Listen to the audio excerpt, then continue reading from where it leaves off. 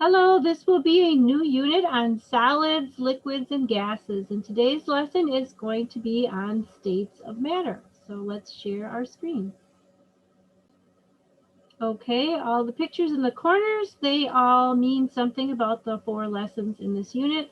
The first is going to be up on the left corner, that's states of matter. The next one on the right is all about how heat is transferred. On the bottom, we're going to be talking a lot about gases. Bottom left and bottom right is going to be some of the gas laws. So the states of matter is the first lesson. The essential question is, what causes matter to change from one state to another? I'm going to minimize myself here as we go on. So let's begin. These are the science standards. These are the ones you're measured on your report card with. Those should be familiar to you. Our substandard is develop a model that predicts and describes changes in particle motion, temperature, and state of a pure substance when thermal energy is added or removed.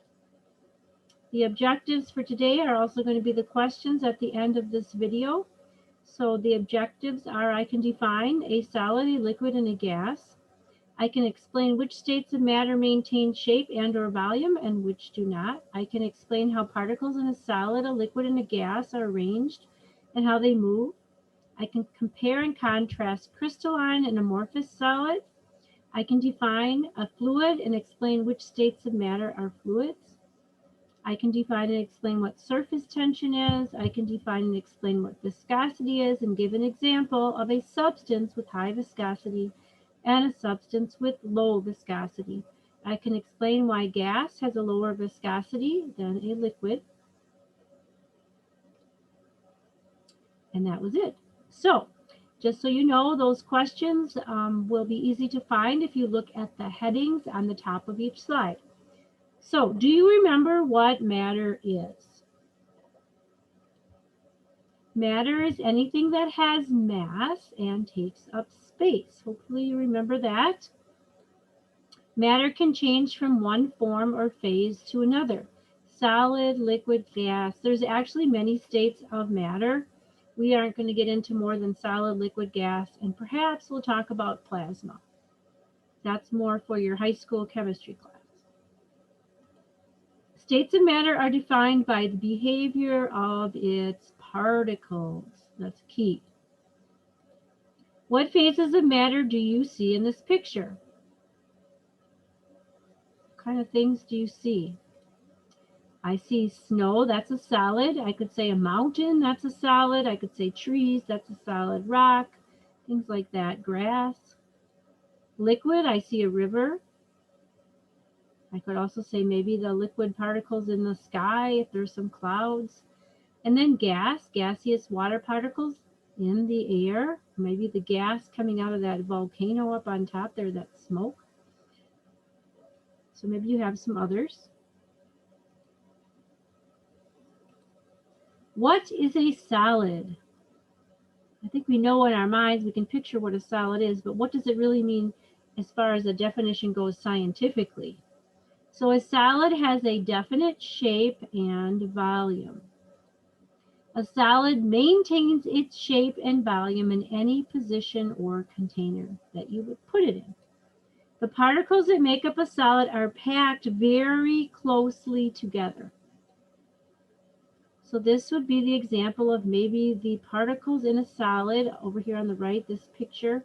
They're very, very close. They don't have room to roll around past each other. They only could vibrate together. Solid particles cannot move around each other on their own. They can only vibrate or move back and forth slightly.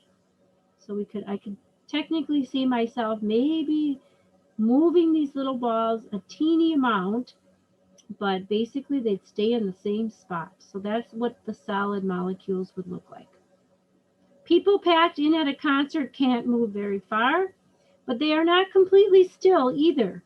People dancing and jumping in place are a lot like the particles vibrating in a solid. They're all stuck together there. They can't really get around too good, but they can wiggle around, right? So that's what a solid particles look like. That would have been before the coronavirus, most likely. Okay. Are all solids the same? Well, not all solids are the same. I think you would agree with me. You can think of different kinds of solids and you'd say those aren't all the same. Well, look at that. That is hard and pointy, is it not? Yes, it is. And this eraser is also considered a solid, but it is flexible, crumbly, and smooth. So solids are not all the same. What are the types of solids? Well, you have crystalline solids. This is one of your objective questions. What are the two types of solids? Crystalline solids have particles that are arranged in a regular repeating pattern, like this right here.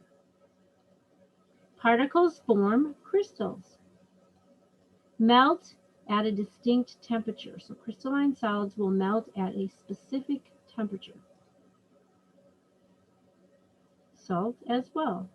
Sugar is a crystalline solid, and snow is a crystalline solid. Actually, snow, you can really see the crystals really well in this zoomed in picture of a snowflake. Okay, what other types of solids are there?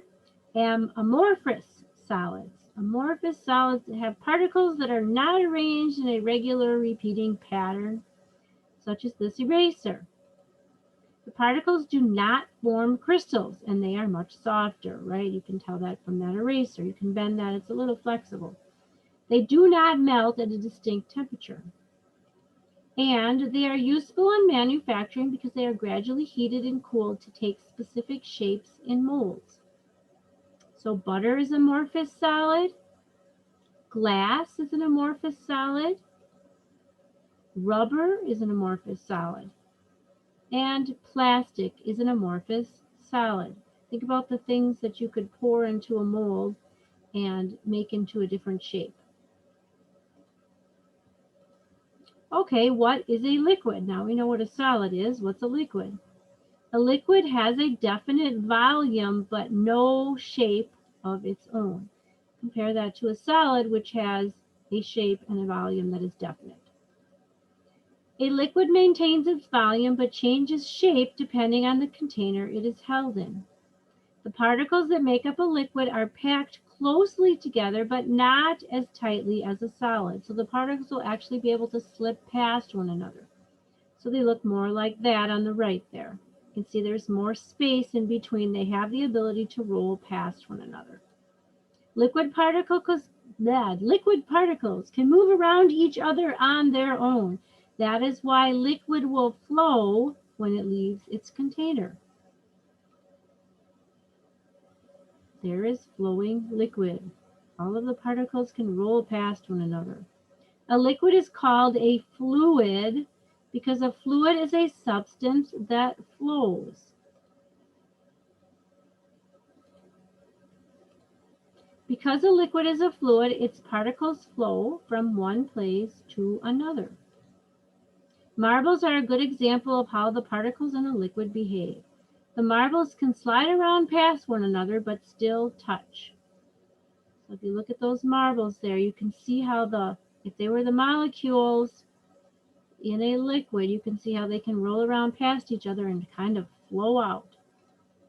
A spilled liquid retains the same volume. The molecules just rearrange into a different shape. Notice how those molecules, those marbles there, are rearranging into a different shape, but they're still the same volume.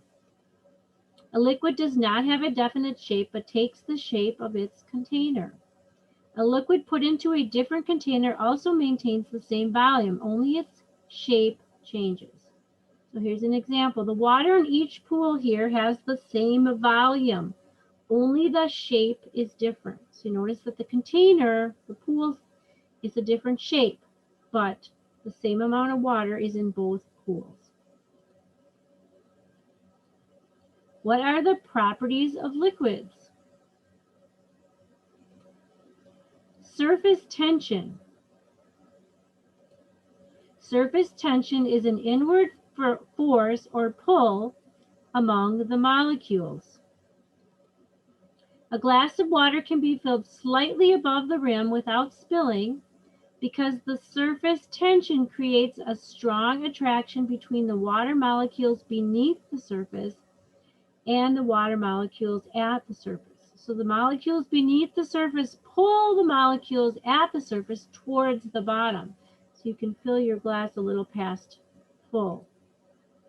So let's watch our video here. I'll make it a little bigger here. The surface tension of water. Make sure it's not all the way up.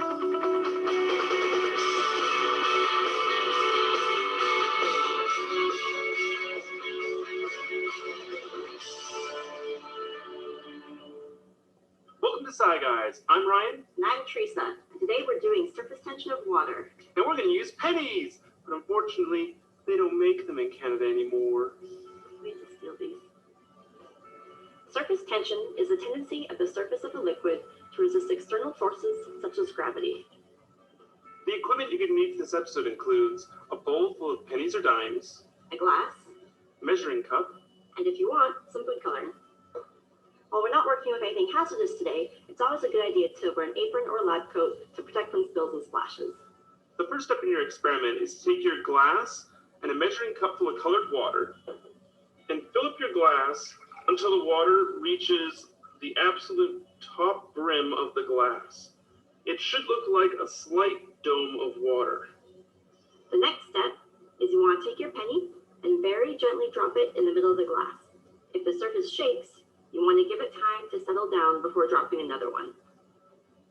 Continue to add pennies to your glass until water spills over the edge.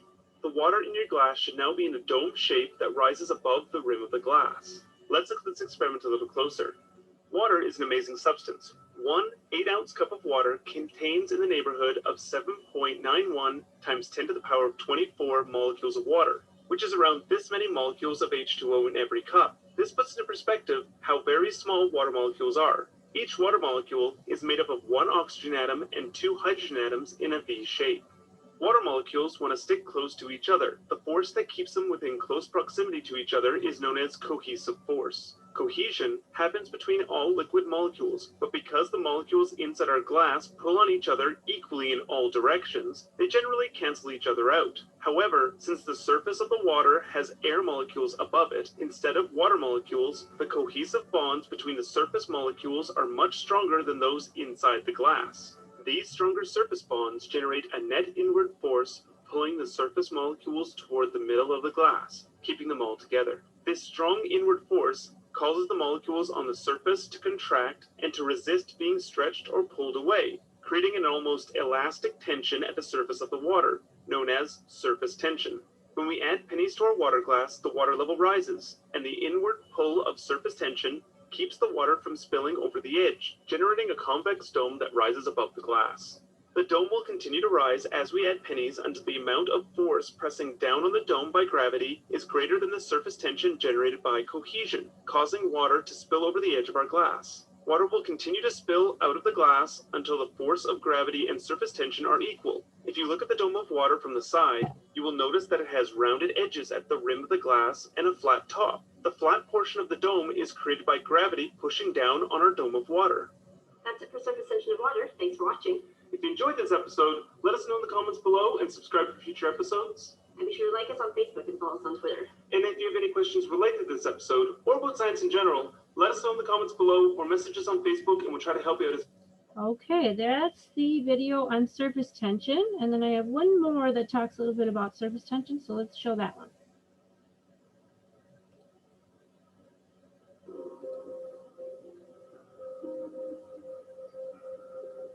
By looking into the invisible world of high speed, we discover extraordinary events, even in something as ordinary as a garden pond.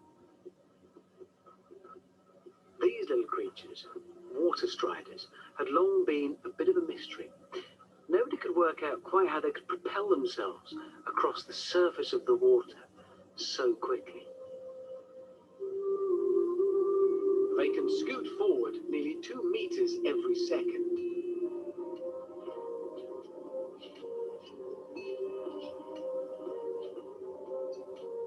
And they're achieving something of biblical proportions, actually walking on water, skating across the surface without sinking.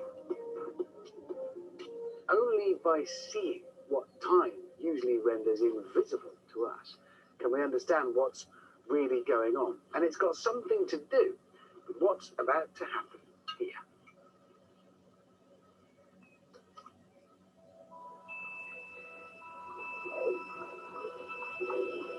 Normally this is too fast to see. But watch what happens in slow motion as the droplet of milk hits the water surface.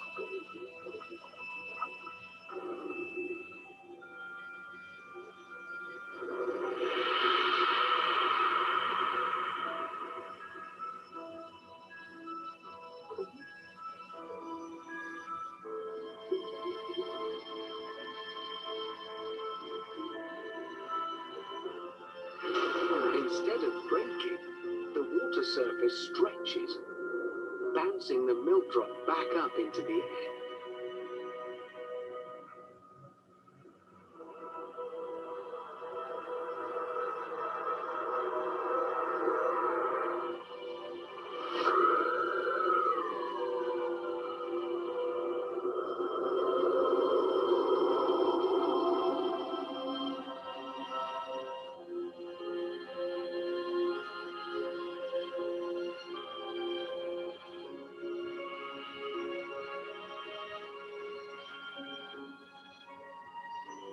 The water behaves as if it has a thin elastic film on the surface.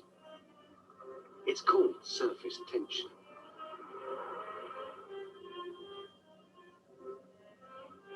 And it's this elastic membrane that allows the water strider to stand on the water rather than sinking into it.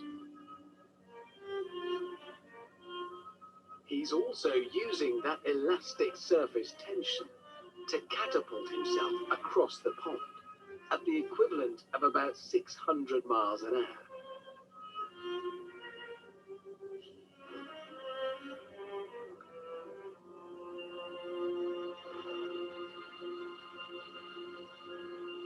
In coloured water, we can see the force of the strider's legs as they push across the surface. A high-speed artist of the invisible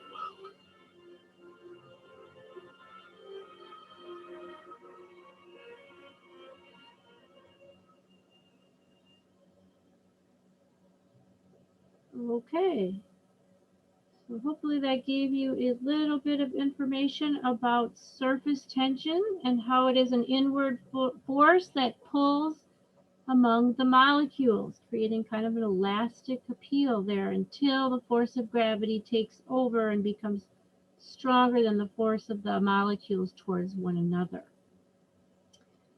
Okay, let's move on. Surface tension causes the surface molecules to act like a skin. We saw that with the water bug as he was going across the surface of the water. It was like a skin for him.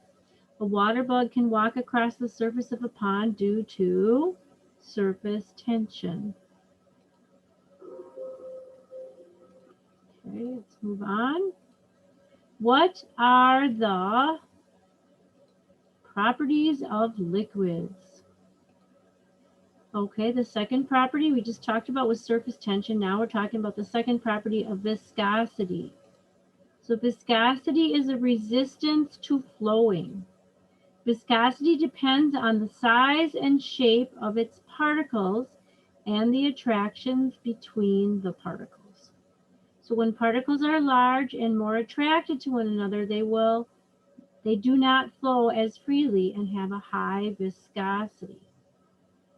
So if you notice on the right there, the liquids with the highest viscosity will flow the slowest.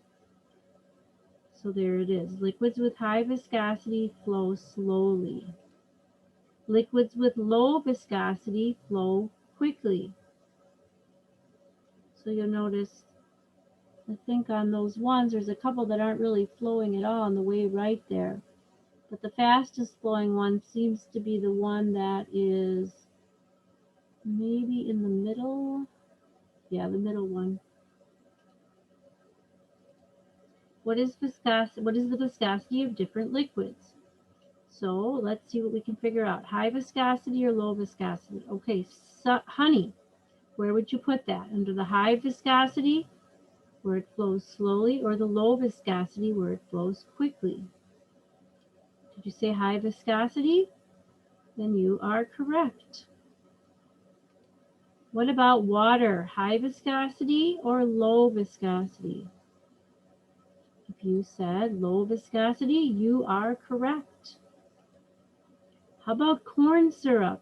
High viscosity or low viscosity? High viscosity. It flows slowly. What about motor oil? What would you put that one in? Also high viscosity. It still flows fairly slowly, even though it might flow a little quicker than honey or corn syrup. It still takes its time. What about vinegar? That one should be like water, right? So flows quickly, low viscosity. What about liquid nitrogen? That should also have a low viscosity and flow quickly. How about tar?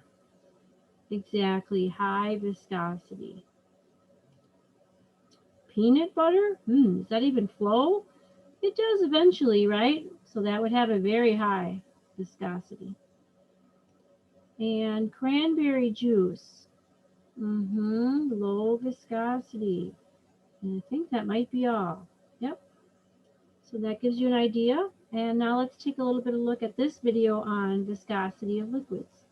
Same science guys again.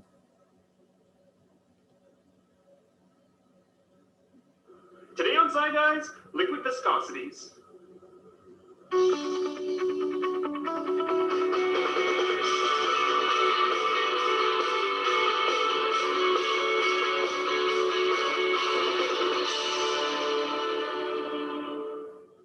Welcome to Sci Guys. I'm Ryan. And I'm Adam. On today's episode, we're going to be measuring liquid viscosity by having a race. And I'm going to win. But not you and me, the liquids. Viscosity is the rate at which like particles in a fluid will flow past each other. A fluid with a high viscosity will flow slowly, while a fluid with a low viscosity will flow quickly. The ingredients you're going to need for this episode includes maple syrup, Coffee cream, corn syrup, olive oil, honey, lamp oil, rubbing alcohol, canola oil, and dish soap.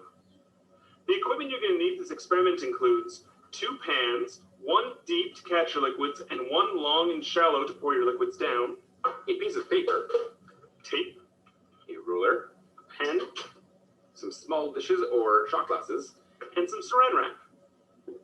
Although we're not dealing with anything dangerous today, it's a good idea to wear an apron or a lab coat and goggles to protect against spills and splashes.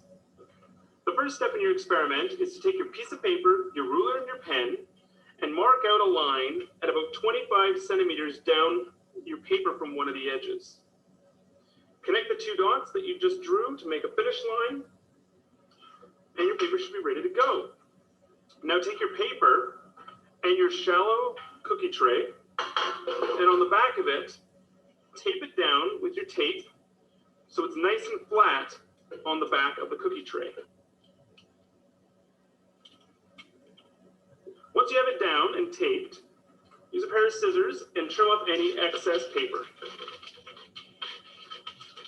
The next step is to cover our paper and our shallow cookie tray in plastic wrap. Take your tape and securely tape down all sides of your plastic wrap to prevent any water or other liquids from getting your paper wet. Now we measure out equal proportions of our ingredients into our little containers.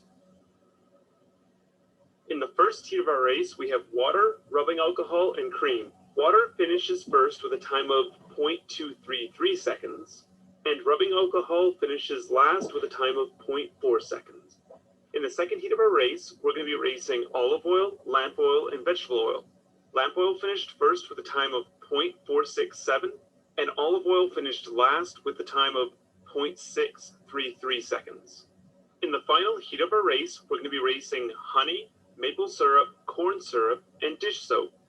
First across the finish line is maple syrup with a time of 1.33 seconds, followed by the blue dish soap with a time of 4.633 seconds, and then then slowly but surely, the great corn syrup crosses the line with a 19.5 seconds, and then finally, honey with a 20.767 seconds. Here are the results of our race. Water crossed the finish line first, meaning that it has the highest flow rate and the lowest viscosity. Honey was last across the finish line, meaning it has the lowest flow rate and highest viscosity. Let's look at this experiment a little closer. All substances are made of tiny particles called molecules, and if you remember from our electrolysis of water video, water has around this many molecules of H2O in every 8-ounce cup. All molecules have a force that keeps them around other molecules of the same type. This force is known as cohesive force or cohesion. Cohesive forces are strong in solids and weak in gases. In a liquid, these forces are strong enough to keep the particles close together, but weak enough that they are allowed to slide past each other, giving liquids the ability to take on the shape of their container. But how do cohesive forces affect viscosity? Viscosity is the measure of how easily particles of the same type in a fluid are able to flow past each other, or in other words, how strongly a fluid's cohesive forces will affect the movement of its molecules. Viscosity can be measured by calculating a fluid's flow rate.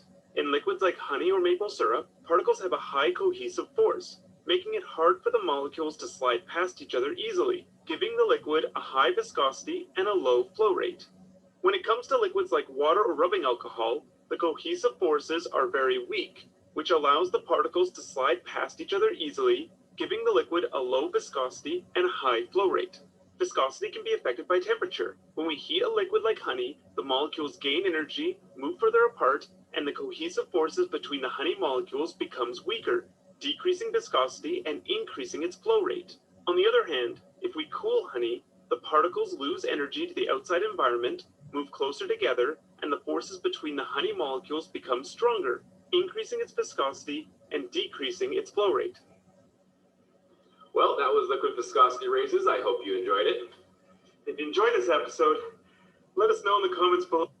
Okay, so that was a little bit about viscosity. Hopefully you understand viscosity and how Today that on works. Sci Guys, Oops. liquid viscosities. I don't want that one. I'm going to get rid of that.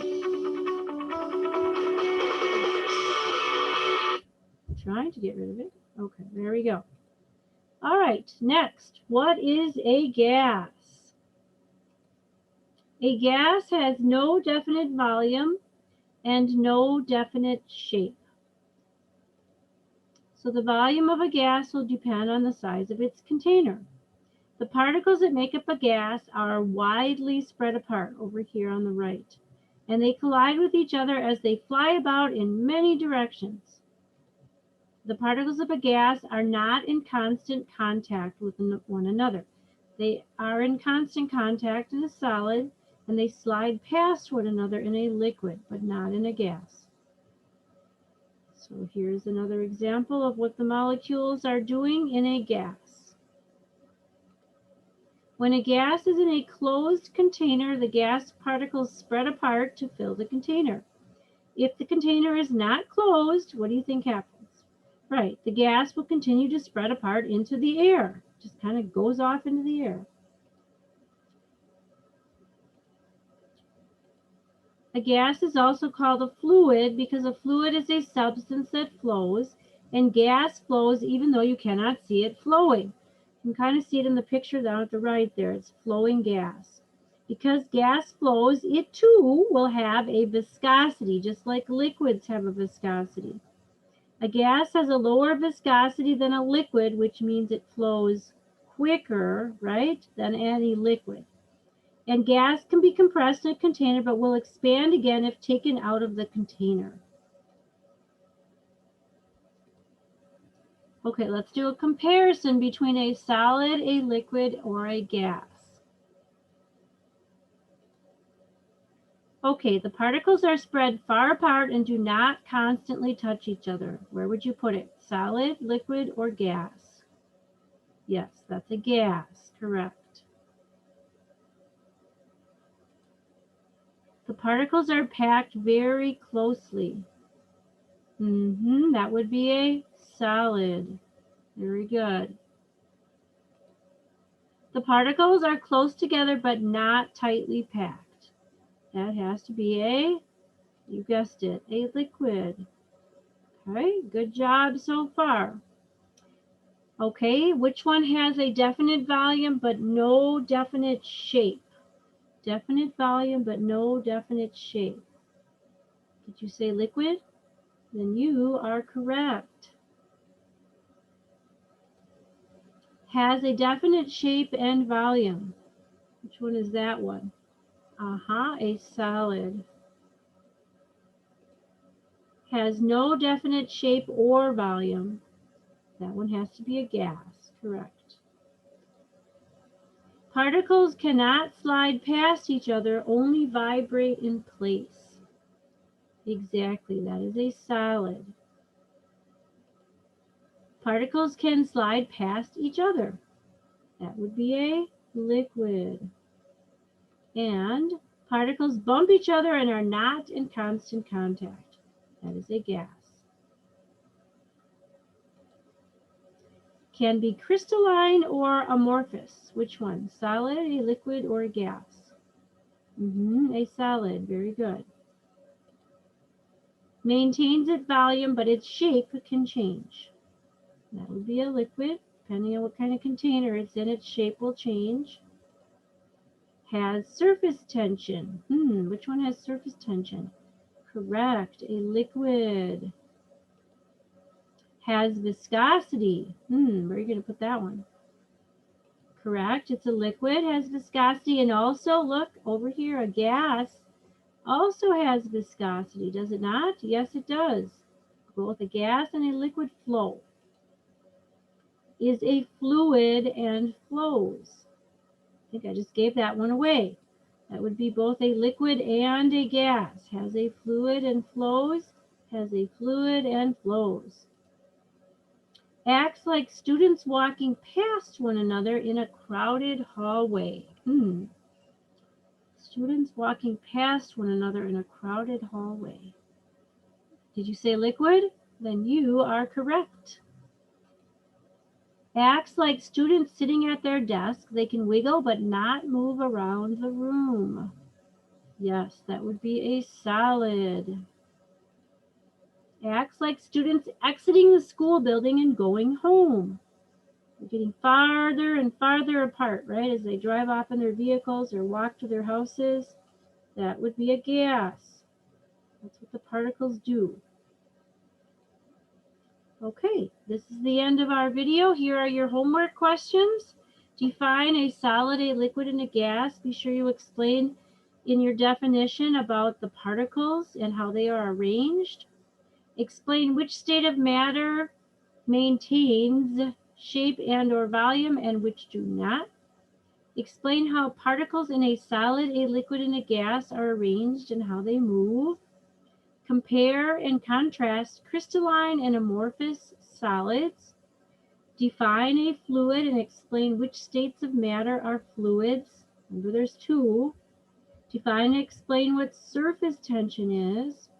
Define and explain what viscosity is and give an example of a substance with high viscosity and a substance with low viscosity. Explain why gas has a lower viscosity than a liquid. And that is the end of our, come back on here, the end of our video. So good luck on the questions and remember to look back on the slides because all of the answers are on the slides.